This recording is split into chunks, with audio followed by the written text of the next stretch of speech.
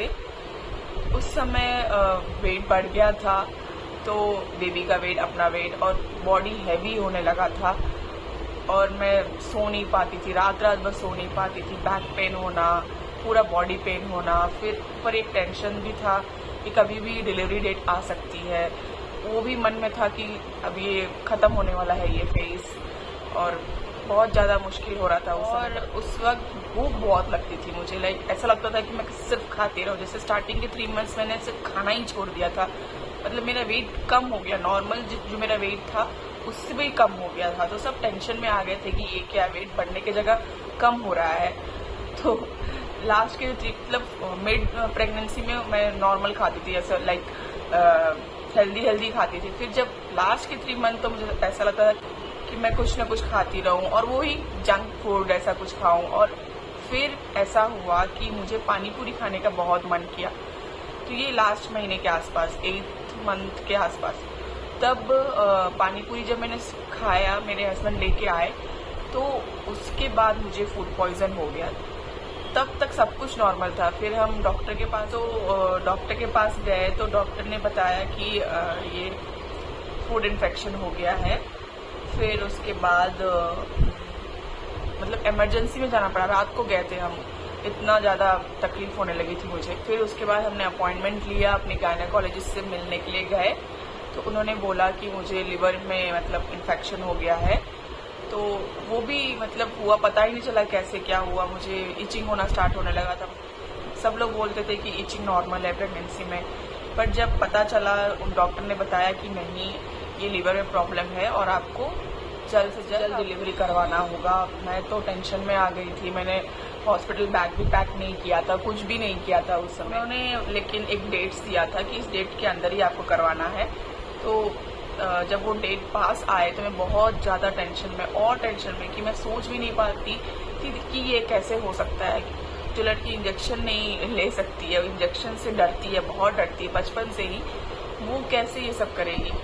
Pregnancy के दौरान ही मैंने इंजेक्शन लिया। उस इंजेक्शन में ही इतना रोती थी कि नर्स बोलते थे कि इसमें आप ऐसे हो रहे हो, जब आपका बेबी होगा तो क्या होगा, लेबर पेन कैसे आप सहोगे, अगर सी सेक्शन हुआ तो आप कैसे करोगे। तो ये बात सही थी, लेकिन मैं बहुत ज़्यादा डर जाती हूँ, बहुत। मतलब मुझे अभी भी यकीन नहीं हो रहा है कि मैं सी सेक्शन करवाई और फिर बेबी भी हुआ, और वो बेबी 5 मंथ्स की भी हो गई, पर सब कुछ अच्छे से हो गया। सी सेक्शन करवाने गए तो सब ने सपोर्ट किया, और डॉक्टर भी अच्छे थे, नर्स भी अच्छे थे।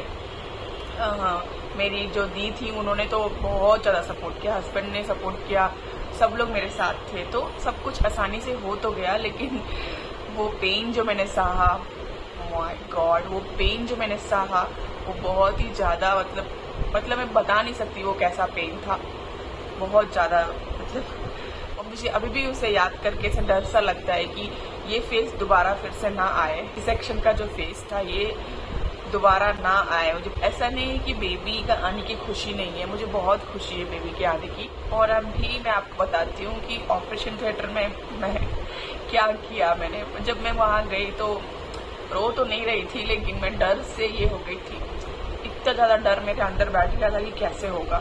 जब अंदर गए मैं आँख ही बंद कर ली, मैंने सोचा कि आँख बंद करके सब कुछ हो जाएगा, बट ऐसा नहीं होता है। फिर जब अंदर ले गए तो उन्होंने इंजेक्शन दिया, वो फिर उसके बाद तुरंत लेटा दिया। उसके बाद उसमें कुछ फील नहीं होता है, लेकिन मुझे कुछ अजीब सा लग रहा था कि मुझे अपने पैर फील नहीं हो रहे थे। मैं डॉक्टर्स को बोल रही हूँ कि मुझे फील कराओ, मुझे अजीब सा लगता है कि जब मुझे कुछ फील नहीं हो रहा है, प्लीज़ मुझे फील करवाओ। तो वो बोल रहे नहीं, अभी ऐसा नहीं कर सकते, अभी आप डरो मत, ऐसे मत करो, बेबी पे असर होगा, आप इतना डर रहे हो। उन्होंने बहुत सपोर्ट किया उस समय। वो मेरा हाथ पकड़े थे, मुझे डिस्ट्रैक्ट कर रहे थे, कुछ बातें बोल रहे थे, ऐसा वैसा, क्या क्या आप करते हो। तो मैं फिर भी डिस्ट्रैक्ट होने के बजाय मुझे दिमाग वहीं लगा हुआ था। फिर जैसे तैसे सब कुछ हुआ के बाद मुझे पता ही नहीं चला कि कब मैं होश में आई। तो ऑपरेशन के बाद भी उन्होंने मुझे ऑब्जर्वेशन में ही रखा था चेक करने के लिए। जब मैं होश में आई तो उस वक्त मुझे स्टिचेस में थोड़े थोड़े पेन हो रहे थे। फिर मैंने डॉक्टर्स को बोला भी कि मुझे पेन हो रहा है, तो उन्होंने मुझे इंजेक्शन दिया। वो इंजेक्शन तो मतलब जो पेन किलर जो था वो और ज़्यादा मतलब बहुत ज़्यादा मतलब पेनफुल था मेरे लिए। फिर उसके बाद उन्होंने कैनुला लगाया था यहाँ पे, तो दोनों हाथ में था कैनुला, वो तो और लगे हुए भी मुझे इतना पेन होता था। इसको हटाने के बाद भी बहुत टाइम लगा इसको भी हील होने में। फिर उसके बाद जब फिर उन्होंने मुझे अपनी बेबी को दिखाया और मैंने बोला कि मुझे फैमिली के पास जाना है, तो नर्स ने बोला आप अपना पैर हिला के दिखाओ, फील करके दिखाओ, तभी हम आपको भेजेंगे।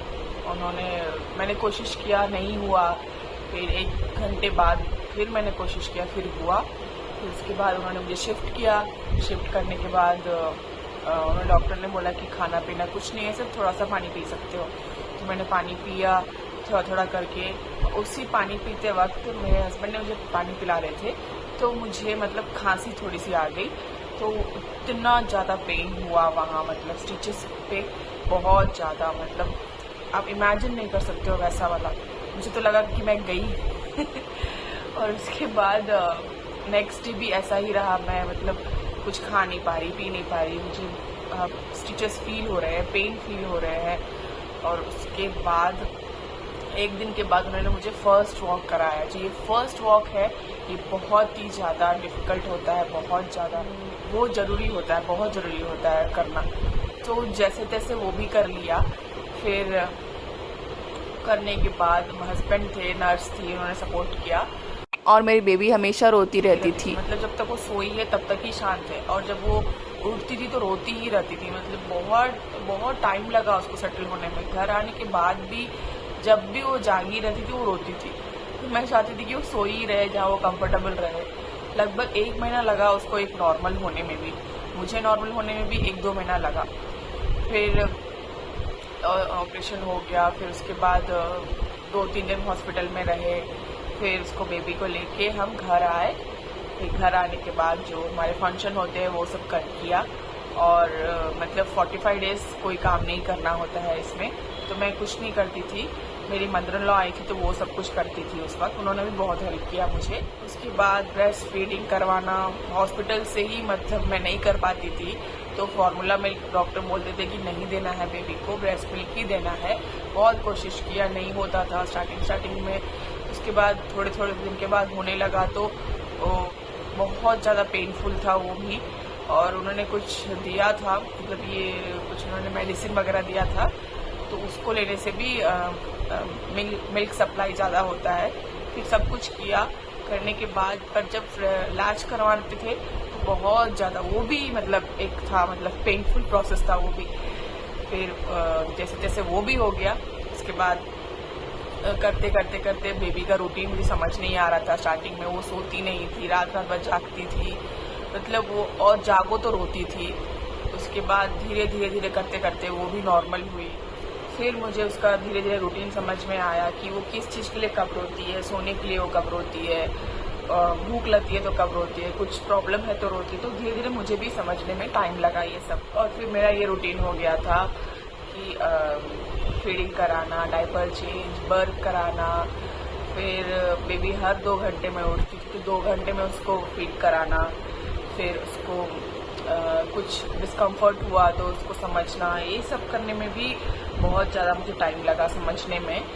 और मेरी भी मतलब नींद डिस्टर्ब रहती थी। प्रेगनेंसी का जो फेज़ था ये उससे भी ज़्यादा डिफ़िकल्ट था बेबी के होने के बाद। खुशी बहुत ज़्यादा थी।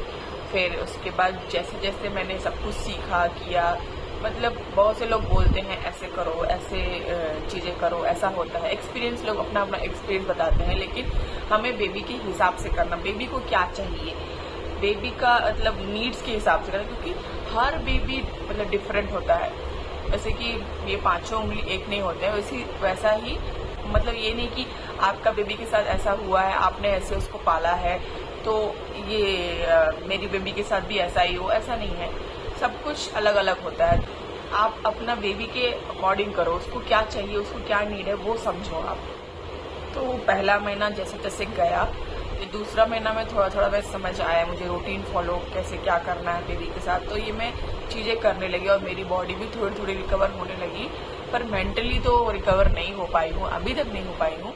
फिर दूसरा महीना में बेबी जो है लाइक थोड़ा सा नॉर्मल हुई। पहले उसका रोना बहुत था तो उसका रोना थोड़ा कम हुआ।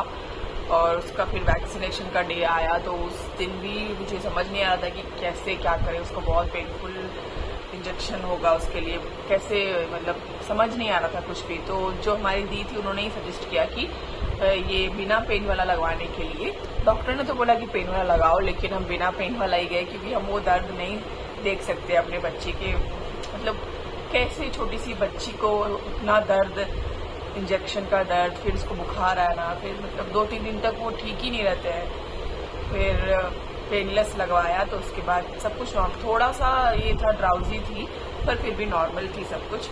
फिर उसके बाद ये सब करवाने के बाद हम घर आए। उसके बाद देखा कि बेबी नॉर्मल है, तो उन्होंने एक पैरासीटामोल दिया था बेबी के लिए अगर कुछ होता है तो देने के लिए। फिर नॉर्मल हुआ सब कुछ। उसके बाद हम तीसरा महीना जो आया इसमें बेबी हाथ पैर चलाने लगी, थोड़ा सा आवाज़ें निकालने लगी, तो मुझे भी थोड़ा रिलैक्स फील होने लगा। थोड़ा उसकी नींद भी पूरी होने लगी। पहले वो सोती नहीं थी ज़्यादा। इस तीसरे महीने में थोड़ा सा उसका पैटर्न चेंज हुआ और सब कुछ धीरे धीरे नॉर्मल होने लगा। जब उन्होंने मुझे बेबी को दिखाया मुझे तो यकीन ही नहीं हुआ कि ये मेरा बेबी है। इतनी छोटी सी, इतनी क्यूट सी, उसकी आंखें छोटी छोटी, हाथ उसके मतलब छोटे छोटे, एकदम प्यारी सी लग रही थी, बहुत ज़्यादा क्यूट लग रही थी उस वक्त। वो मुझे यकीन ही नहीं हो रहा था कि ये मेरा बेबी है। अभी भी मुझे यकीन नहीं हो रहा कि मैं प्रेग्नेंट हुई, बेबी हुआ, और वो बेबी अभी 5 महीने का हो गया है। और करते करते 3 महीना बीता। 3 महीने के बाद चौथा महीना, उसमें बेबी के साथ वो मतलब उठना, चलना, क्रॉल करना वो थोड़ा थोड़ा स्टार्ट कर दी थी। पलटना ये मतलब दूसरे महीने से ही उसने धीरे धीरे करके स्टार्ट कर दिया था। और अभी 5वें महीने में है तो वो अभी क्रॉल करना भी सीख ही गई है, लगभग पूरा सीख गई है और करने लगी है। मतलब वो अपनी एज से ज़्यादा ही कुछ करने लगी है। तो मुझे थोड़ा टेंशन भी होता है कि ये क्या नॉर्मल है, ऐसे बच्चा करते हैं, क्योंकि फर्स्ट टाइम पेरेंट है हम भी, हमें भी कुछ समझ नहीं आता है कि क्या हो रहा है। कुछ भी होता है अगर तो हम डॉक्टर के पास भागते हैं, कुछ भी होता है तो हम गूगल करते हैं, और कुछ भी होता है तो हम फिर दी को बुला लेते हैं, तो थोड़ा सा रिलैक्स होता है। वो भी बोलती है कि क्या हो रहा है, छोटे छोटे चीज़ों पे तुम लोग डर जाते हो। तो वो आती है, बहुत ही काफ़ी रिलैक्सिंग होता है। वो बेबी को समझती हैं, बेबी को क्या हुआ है क्या नहीं। बहुत टाइम उन्होंने हमारा बहुत हेल्प किया है बेबी, और बेबी भी उनके साथ ज़्यादा कंफर्टेबल रहती है और वो बहुत प्यार करती हैं बेबी को। लाइक जब मैं प्रेग्नेंट थी तभी से वो बोलती थी कि बेबी गर्ल होगी और उन्होंने बोला भी था अगर गर्ल हुई तो मैं सब कुछ करूँगी, बॉय होगा तो मैं कुछ नहीं करूँगी। तो उन्होंने बहुत हेल्प किया और मतलब बेबी के लिए जो चाहिए क्या नहीं चाहिए सब चीज़ें उन्होंने बताया कि क्या लेना है क्या नहीं लेना है, उसके साथ कैसे रहना है, क्या करना है, सब चीज़ उन्होंने बताया। और उन्होंने जो भी सजेस्ट किया वो सब चीज़ें हमने फॉलो भी किया है। और बेबी को होने के बाद हमसे ज़्यादा तो टॉयज़, उसके कपड़े, सब चीज़ें उन्होंने लाला के दिया है। अभी भी वो मतलब हर महीने कुछ ना कुछ उसको देती रहती है और वो भी खुश रहती है, उनके साथ बहुत ज़्यादा खुश रहती है। और अभी 5वें महीने में बेबी लाइक बहुत ज़्यादा एक्टिव हो गई। वो शुरू से ही एक्टिव थी, अभी तो और एक्टिव हो गई है। लाइक पलट के सोना, क्रॉल करना, बम उठा के सोना, ये मैंने नया देखा।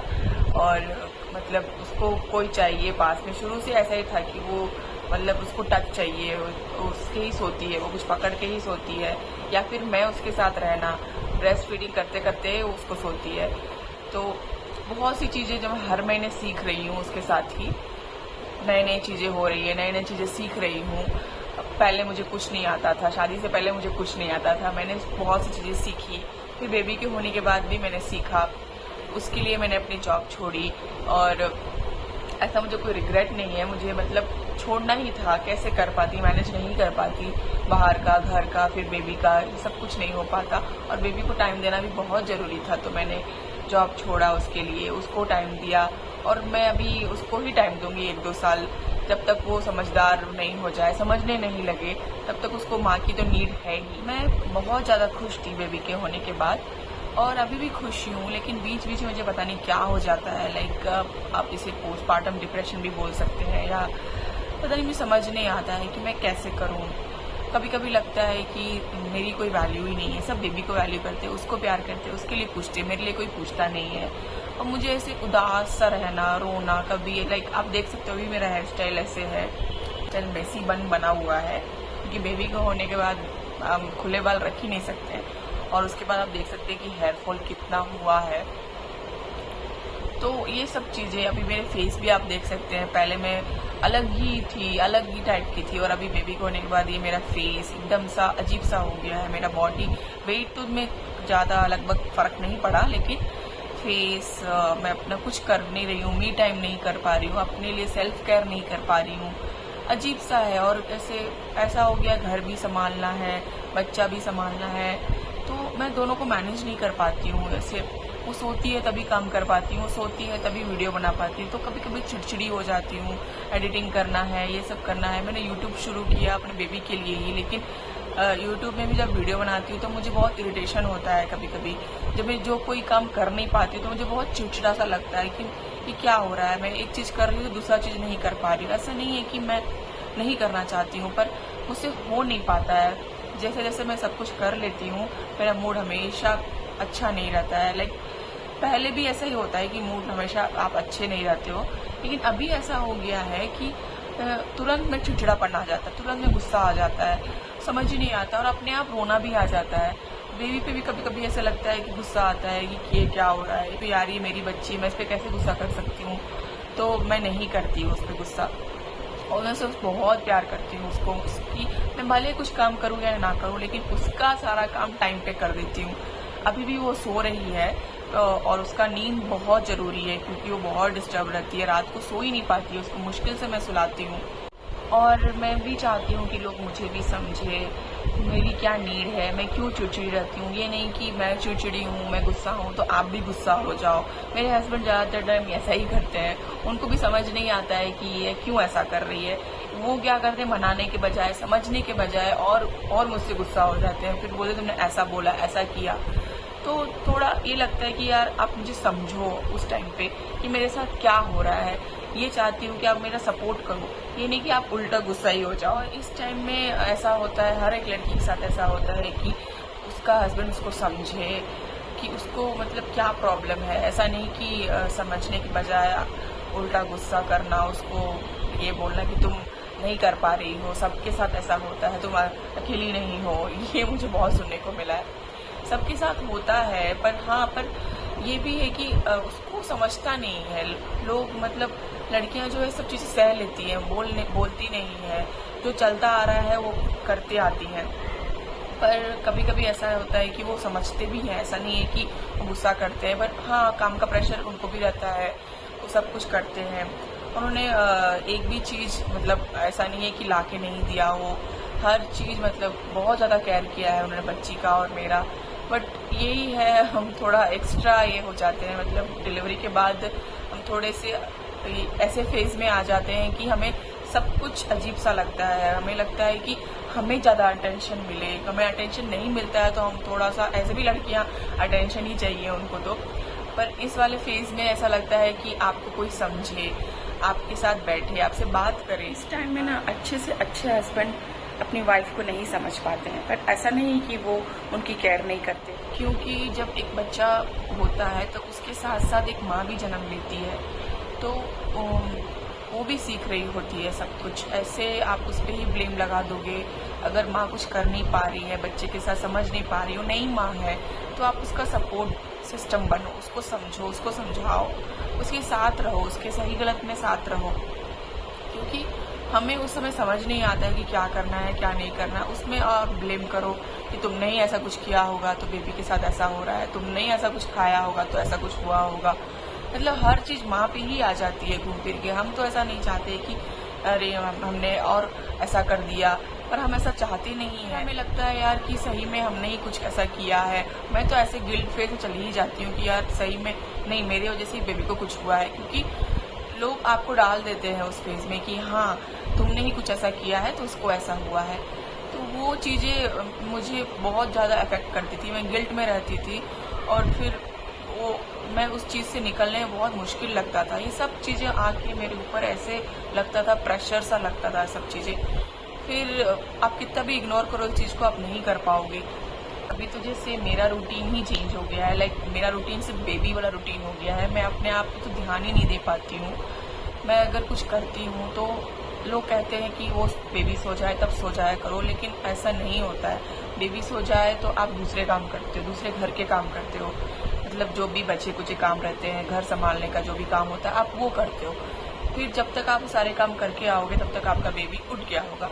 और मेरा ऐसा है कि मैं एक काम करती हूँ तो मैं अपना कान लगाए रहती हूँ कहीं वो उठ तो नहीं गई, तो मैं बार बार 10 बार चेक करती हूँ, क्योंकि अभी वो 5th मंथ की हो गई है तो वो गिरने का डर रहता है बेड से। तो ज़्यादातर मैं उसे मैट पे सुलाती हूँ, लेकिन मुझे जब वो सोती है तो मुझे डर लगता है कि उठ ना जाए, तो रात को वो मैट पे नहीं सोती है, मतलब खेलते वक्त शाम को ऐसे शाम को दोपहर को जब वो जागी रहती है तब वो मैट पे रहती है, पर जब वो रात को सोती है तो सुबह उठती है, तो सुबह मुझे काम भी होते हैं।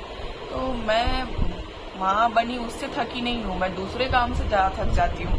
मुझे माँ बनने की थकावट नहीं है, जो दूसरा काम है और मेरा बॉडी जो अभी हील कर रहा है, रिकवर कर रहा है धीरे धीरे, उससे मुझे बहुत ज़्यादा ये होता है कि मैं नहीं कर पाती हूँ सारी चीज़ें काम। तो अगर मैं वॉशरूम भी जा रही हूँ तो मेरा कान इधर ही रहता है कि कहीं उठ तो नहीं गई, और कोई काम करो तो कहीं उठ तो नहीं गई। तो ये नहीं हो पाता है कि बेबी सो रही है तो आप भी सो जाओ, ऐसा कभी नहीं होता है। और बेबी का रूटीन फॉलो होता है। मेरा रूटीन जैसे मतलब चेंज ही हो गया। मैं खाना खाती, गर्म खाना पता नहीं मैंने कब खाया, मेरा खाना ठंडा हो जाता है या खाते खाते ही वो उठ जाती है, या फिर खाते वक्त वो रोती रहती है। तो एक तरफ से मेरे हस्बैंड जाते हैं बाहर, ऑफिस जाते हैं, तो पूरा दिन बेबी के साथ अकेले ही रहती हूँ और मैं अकेले ही संभाल रही हूँ। आजकल तो ऐसा है, पहले तो सपोर्ट चाहिए रहता था, कोई ना कोई आता था आपके यहाँ, ग्रैंड मदर आके बच्चों की ग्रैंड मदर आके सब कुछ करती थी, या फिर नैनी वगैरह होती है, या फिर हाउस हेल्प करते हैं। लेकिन आजकल तो इतना ऐसा है, लड़कियां खुद ही कर लेती हैं, संभाल लेती हैं, मतलब अकेले भी कर सकती हैं वो। तो दिन भर तो मैं अकेले रहती हूँ, उसका रूटीन ज़्यादातर फॉलो होता है, मेरा रूटीन होता नहीं है। लाइक मैं एक कप चाय भी शांति से नहीं पी पाती हूँ, मतलब जल्दी काम करना, जल्दी खाना खाना, यही सब चल रहा है अभी मेरे लाइफ में। मैं कभी कभी इस चीज़ से थोड़ा ब्रेक लेना चाहती हूँ, लाइक कि कुछ करूँ, कम से कम 5 मिनट अपने आप को दूँ, लेकिन सोचती हूँ पर कर नहीं पाती हूँ। कैसे करूँ? ऐसा लगता है कि अरे यार बेबी को, उसको वो प्रायोरिटी पहली है, ये सब बाद में। सब सोचने से कुछ नहीं होता, मैं करती ही नहीं हूँ। पहले बेबी आती है फिर ये सब चीज़ें होती है, नहीं पहले बेबी का सब कुछ कर दूंगी तब अपना करूँगी, तो नहीं कर पाती हूँ मैं। और सोचती हूँ यार पहले ही सब कुछ ठीक था, ऐसे गिल्ट फेस में चली जाती हूँ कि क्यों ऐसा सोच रही हूँ। नहीं, बेबी मेरी प्रायोरिटी, बेबी के बारे में मुझे सोचना चाहिए। ये फेस बहुत ही ज़्यादा मतलब आगे आपको नहीं मिलेगा, तो इसलिए आप ये मत सोचो कि यार ऐसा हो रहा है वैसा हो रहा है। पहले आप बेबी को देखो। हाँ, कुछ चीज़ें चेंज हो जाती है, आप गुस्सा आता है, चिड़चिड़ा होता है, सब कुछ होता है, लेकिन बेबी अब भी जल्दी बड़ी हो जाएगी। देखिए अभी 5 महीना कैसे बीता पता ही नहीं चला, तो उसको बड़ी होने में टाइम नहीं लगेगा। फिर आप ये फेज़ आप एंजॉय भी नहीं कर पाओगे, उसको गोद में नहीं उठा पाओगे, उसके साथ खेल नहीं पाओगे, वो उसको खिला नहीं पाओगे। जब वो जैसे जैसे बड़ी होगी वो चीज़ें आप मिस करोगे। आज जो आप कर रहे हो अभी आपको बर्डन लग रहा है, मुझे लग रहा है बर्डन।